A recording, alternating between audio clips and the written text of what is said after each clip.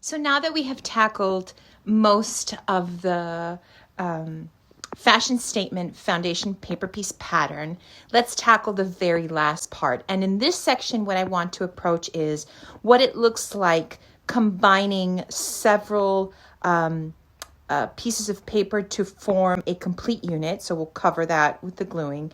And then we'll finish up our piece, and then we will square it off and we're complete.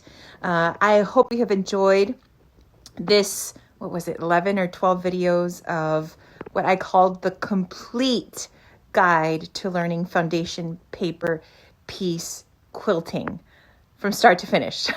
It's quite a mouthful, right? I seem to like big titles. So let's tackle this last part and finish up our foundation paper. Okay, so what we have completed up to now in the video series of learning how to paper piece has been this bottom half. So now we have the last piece. And yeah, this is just one piece. So what we have done, and there were gluing instructions, is we have glued all of these sections together, okay? And in doing that, what that's going to give us is it gives us a guide to how big one fabric piece needs to be. So basically, our last fabric piece is going to be this entire size. And what I like about that is that it gives the illusion of a hidden, it doesn't have extra lines like, it's not in a gribbed form where we have to cut up the fabric and sew it up again to fit the size. So that's one of the things that I enjoy about hidden seams is that you know there are seams in the piece, but you just don't know when they stop or when they start or how even in general the foundation paper piece is constructed. So let's tackle this piece and then sew it on to our other half. And we will be done with our lady in a hat fashion statement. Okay, so I've pulled out the remaining fabric that I need.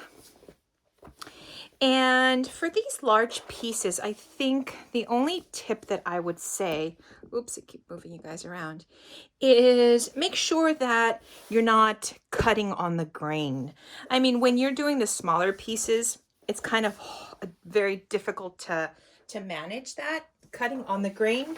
However, when you have these larger pieces and you can manipulate the fabric to position it in the right place, I would recommend that you do that. So I haven't even ironed this out. There's really no need to do that at this point because then I'll just iron it at the very end. So because this is my edge, I know that this is straight. So what I'm actually going to do is I'm going to rough cut the edges of this, but make sure that the line that I'm going to actually be sewing on is straight. So what I'm going to do is I'm going to grab some pins and I'm going to pin the fabric onto there. You can do a couple of things. You can baste, and that's probably what I'll do with this really large piece. What you can do to make sure that the fabric doesn't move too much is you just do a really long baste along the edges of it so it doesn't move way too much on you. Because of course, fabric is light and it tends to shift. So I am just going to roughly kind of guesstimate here and cut as close as I can. Again, I've said this several times before, but with foundation paper piecing, the cutting of the fabric to fit in a space.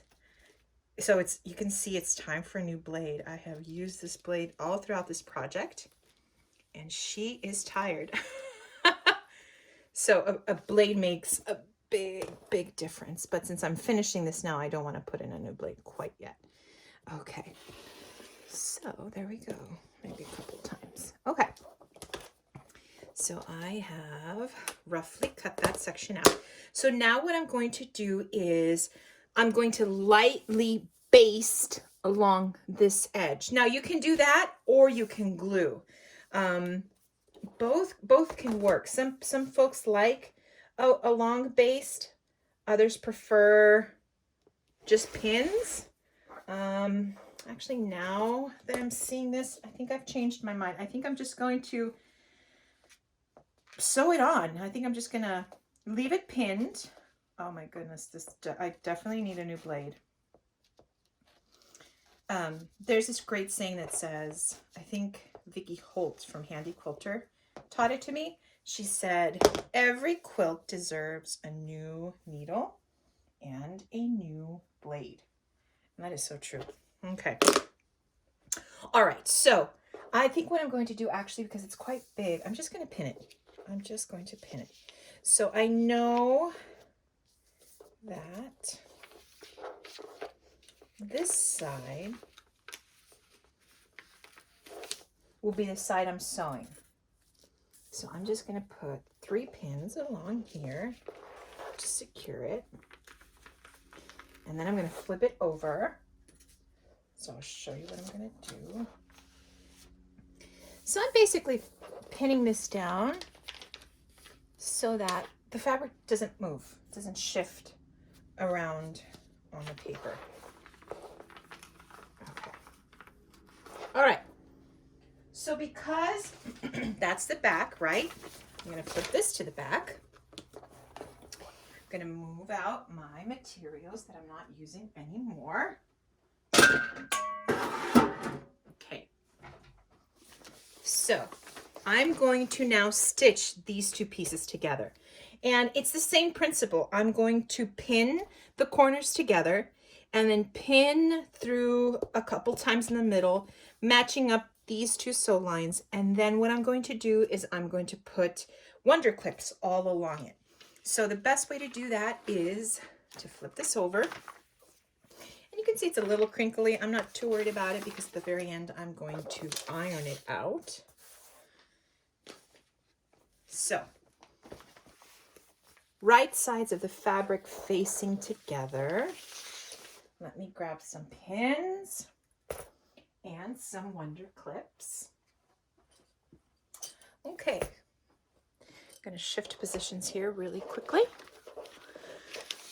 So what I'm going to do, I'm going to find my corner here, and I'm going to place a pin right through that corner and right through the corner of the matching piece of fabric on the other side.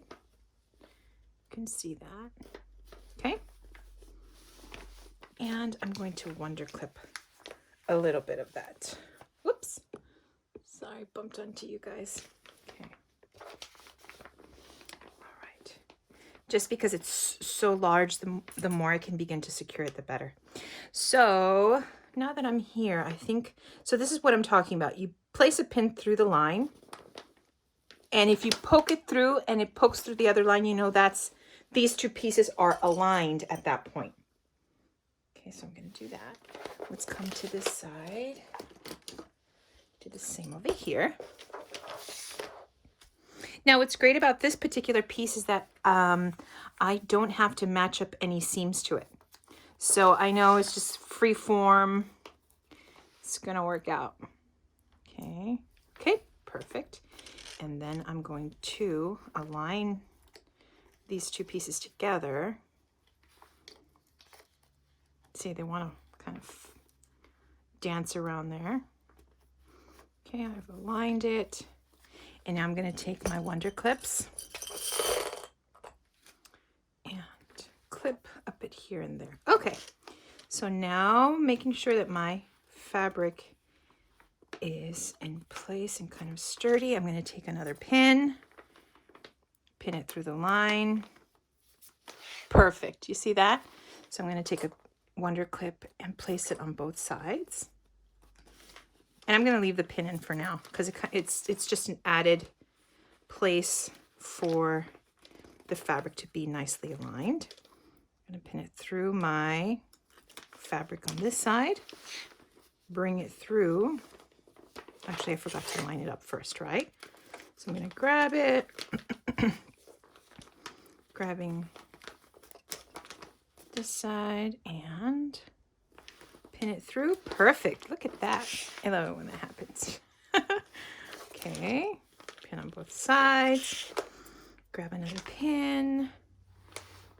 Grabbing the sandwich. Oh, perfect. Woohoo! We're hitting bullseyes every time. I love that. Most of the time I'm kind of fidgeting a little bit to make sure that I am on the money, but this time it's working out.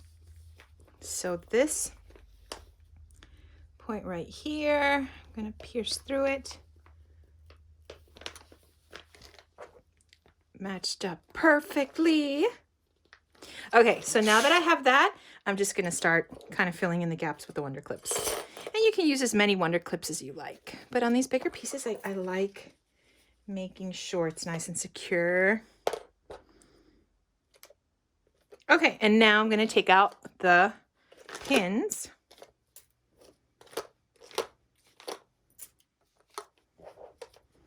And I'm going to stitch along this line. Okay. Now that all of that is together, let's go ahead and make our final stitch. Hooray! Okay. So I'm going to place my foot down. My needle's aligning on my machine, and I'm going to. Now, this is a tip that you can do. Sometimes when you have these larger pieces, it feels like your hand is slipping. So you can use quilting gloves. These are Magic Touch quilting gloves, and they basically what they have is that they have these little non-skid dots on the end, and they can help you grab the fabric more because it's bulky and it has slippery paper. So at times, using a little quilting glove can give you just a little more grip on it. And what I'm going to do is just as I go, let's put this little guy here. It's a magnetized pin. I think I got them on Amazon. It came with a 3-pack. So, oh, this is actually a washi tape that I used as a measurement for some curtains I was making. So I'm just going to take that off. Washi tape is really, really useful in sewing for lots of reasons, and that's one of them. Okay, let's get to this. Again, I have my stitch length at, put it right here, at 1.5.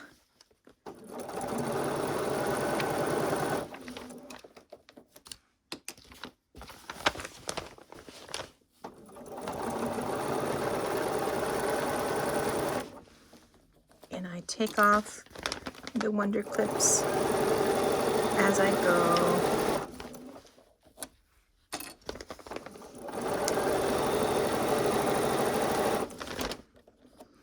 Making sure to sew on that line.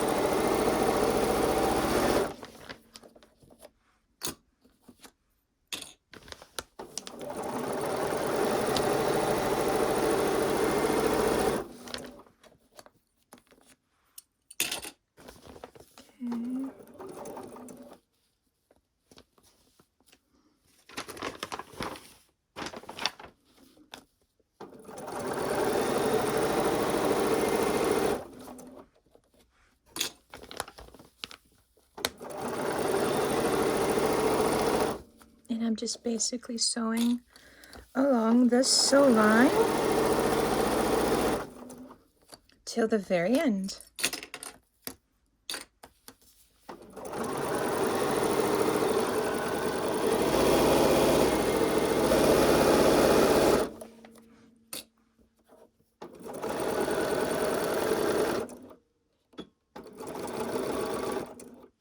And there we go. Okay, so now that we have sewn this together, let's open it up and it looks fantastic. So what I'm going to do is I'm going to, even before I iron it over, I'm going to take out these pins right here.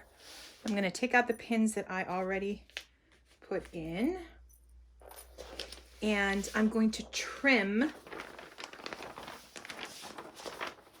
these edges of the fabric over. Let me make that a little more close up for you. Okay, so let me grab my ruler and this baby right here.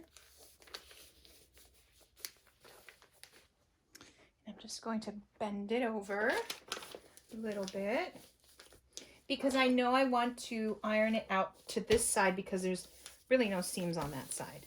But before I take out the paper, even the middle paper, I'm going to just trim off some of that excess.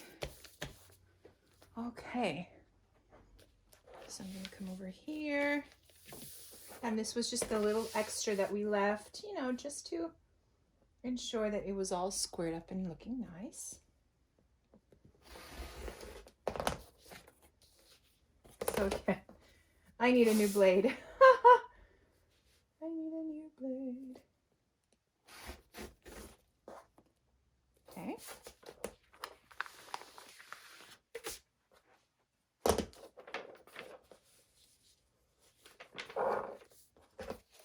And basically what I'm doing is just cutting off this little extra here. And then when you trim down your block, you cut a little more down to the size that you want. So there's also that's going to happen. Okay. Just make sure that's happening. So it's actually tucked in there a little bit. Well, that's good. I'm glad that we can cut. It's better to cut more often than it is to cut too short the first time. Okay. All right.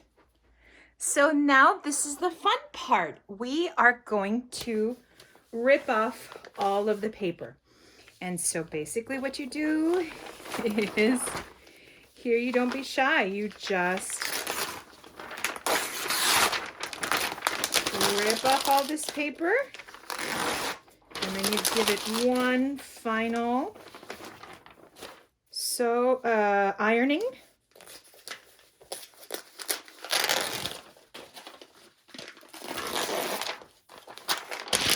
And then we are ready to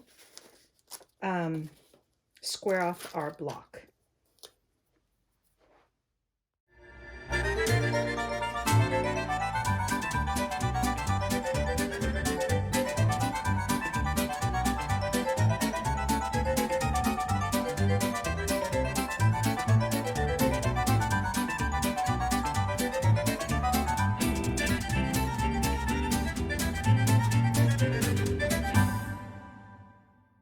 So here we go, friends. This is the completed foundation paper piece pattern of fashion statement, woman in a red hat. I'm sorry, woman in a hat. It can be red, it can be blue. You can change it up any way you like.